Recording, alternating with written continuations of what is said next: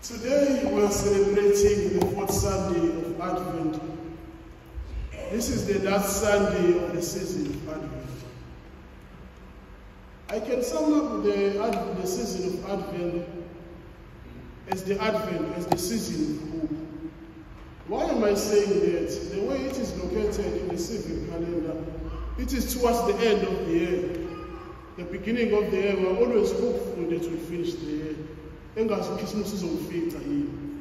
So when we come to the Advent, we are getting closer to Christmas, of something that we've been hoping for. Secondly, it is the season that reminds us of the second coming of Christ. That as the Christians, as the believers, we are hopeful that one day Christ will come back for the second time. So it is the season of hope. It is the season that always reminds us of being hopeful to God.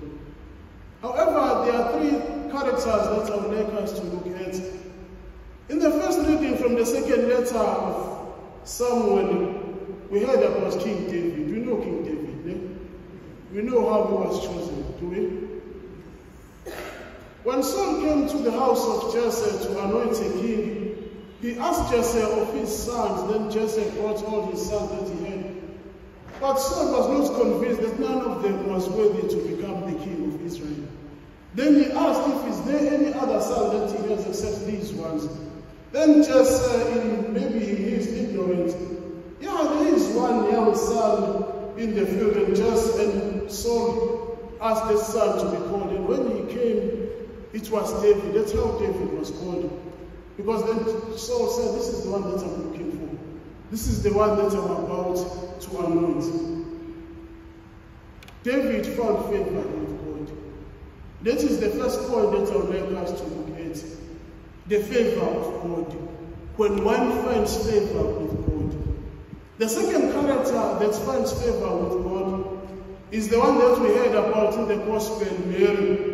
There's nothing much that we know about Mary, except that she was born of Anna and Joachim. Even those things are not in the Gospel, the four Gospels that we have, but in other forms. So there's nothing much that we hear about Mary, even maybe of her background, whether she was from the royal family or not, but we know that she was not from the royal family. So there's nothing much that we know about Mary. Maybe of her status, the status of her family. There's nothing much. She's probably coming from the humble background.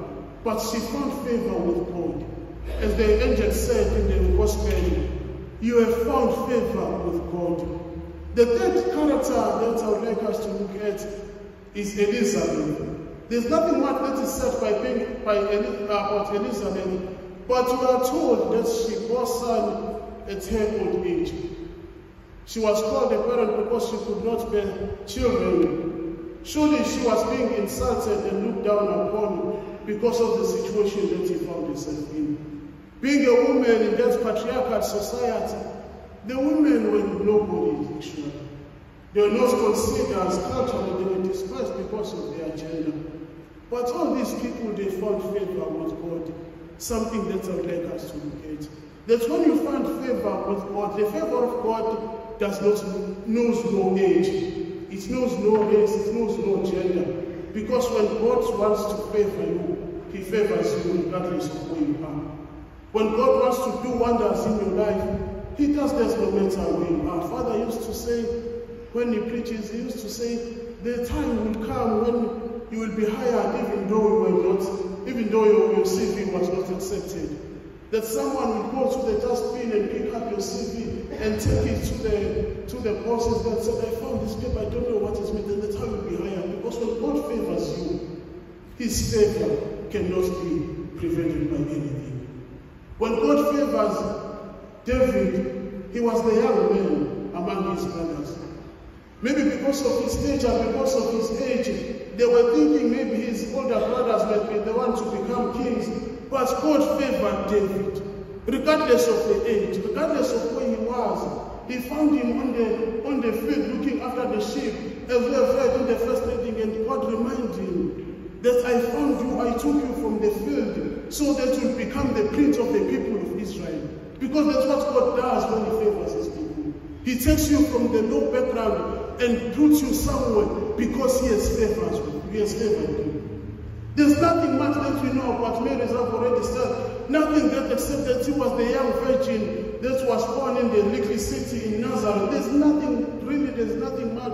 Maybe there were other prominent women in her age or maybe in her area, but God favored her. Because God, when favors you, He doesn't mind whether you're a woman or not. Doesn't mind the kind of the society that you have. He favored Mary in a patriarchal society. He elevated her among men, among kings, among soldiers, among centurions, among all the prominent people in the area. But God favored her. Because God, when He favors you, it doesn't matter where you come from. Elizabeth, as I've already said, was being insulted, of course, because she was a barren. She was nobody. Maybe even her friends were despising him. Who are you? You do not have children. I wonder when there were family gatherings and people would be coming with their families, with their children, and Elizabeth, poor Elizabeth, would come with no children, and you're showing, this is the one, the wife of, her husband. They are the wife of Zechariah. There she is. Because she was looked down upon because of the situation. But when God favors her, He favored them in her old age. When Sarah was being ridiculed and called names, being insulted, she bore a son at her old age. When Hannah was being insulted, ridiculed, she bore a son as well at that situation. Because when the favor of God comes upon you, no people should prevent it. There are people who have been applying, who have been going for interviews. Maybe they might have lost hope, but the favor of God will come upon you one day. Because when God favors you, it doesn't matter how many interviews have you gone to. It doesn't matter how many companies have you tried and they failed. But when God favors you, one of them will be prominent one day, will prosper one day.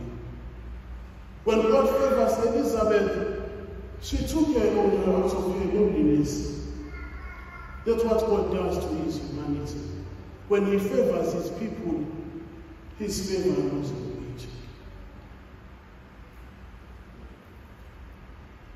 When we receive the favor of God, we do not receive the favor of God because of our own merit, not because we deserve it. None of these characters deserve what God did for them. Maybe for us, there are also things that we have gotten this year, and we wonder, how did this happen to me? But the one thing on social media was because when God favors you, it doesn't matter how much you praise Him. Because when He favors you, it doesn't matter how much educated you are. When He favors you, it doesn't matter how many times you've tried. It doesn't matter whether you are coming from a rich background or not. When He favors you, He takes the child from the rural areas and He makes him a COO. He takes the child from the single parenthood and she makes her the CEO of the company. Because when the favor of God comes upon you, it knows no limits. The second point that I would like us to look at, during the midst of the conversation between Mary and the angel, Mary was so troubled. She was greatly troubled.